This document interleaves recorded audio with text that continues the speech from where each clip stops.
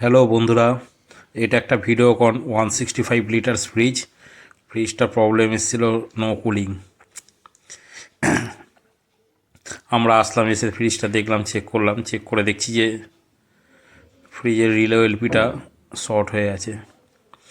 আর ওনার আরও একটা কমপ্লেন ছিল, বরফ অতিরিক্ত জমতো।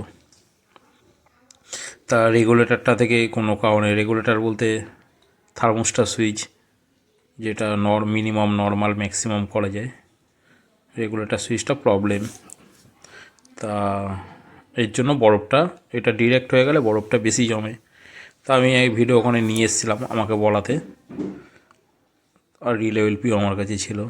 তা থার্মোস্টারটা এনে থার্মোস্টারটা রিপ্লেস করলাম। দেখো, এটা আগেরটা, যেটা পুরোনোটা লাগানো ছিল। আমি নতুন থার্মোস্টার লাগিয়ে দিলাম।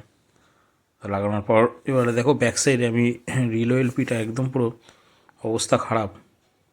রিলেটার ভেতরে তো পাথরটা ভেঙে গেছে, আর ওএলপির ক্লিপগুলো একদম পুরো রাস্ট খেয়ে পুড়ে গেছিলো। তো আমি নতুন লাগিয়ে দিলাম। এগুলোকে কপারের রিলে বলে। দেখো, এটা রিলেটা কপারের, এগুলো লাস্টিং করে বেশি।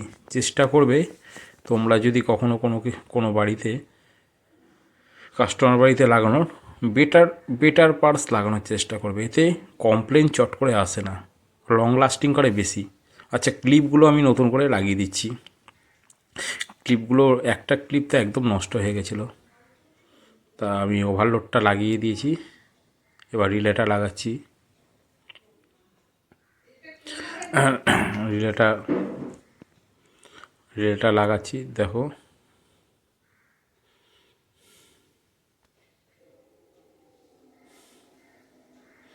হয়ে গেছে। এবার মেশিনটা আমি চালাবো।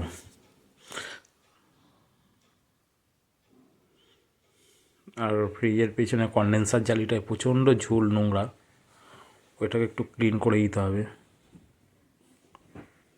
প্লিজ, চালিয়ে দিলাম, এখন একদম ওকে। আজকে থার্মোমিটারটা লাগিয়ে টেম্পারেচারটাও দেখাবো তোমাদেরকে, কীরকম টেম্পারেচার কী আসছে না আসছে। মাইনাস টেম্পারেচার আনবো ফ্রিজটাতে। দেখো, এখন 22.9 আছে।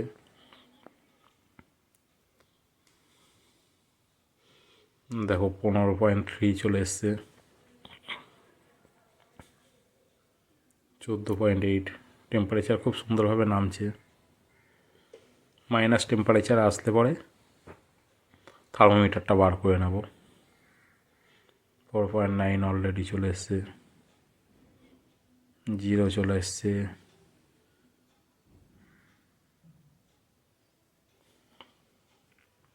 মাইনাস চলে আসবে।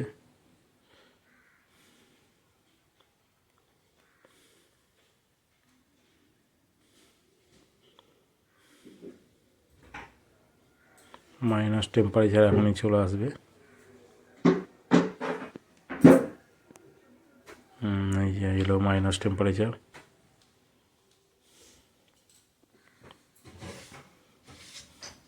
আমাদের কাজ কমপ্লিট।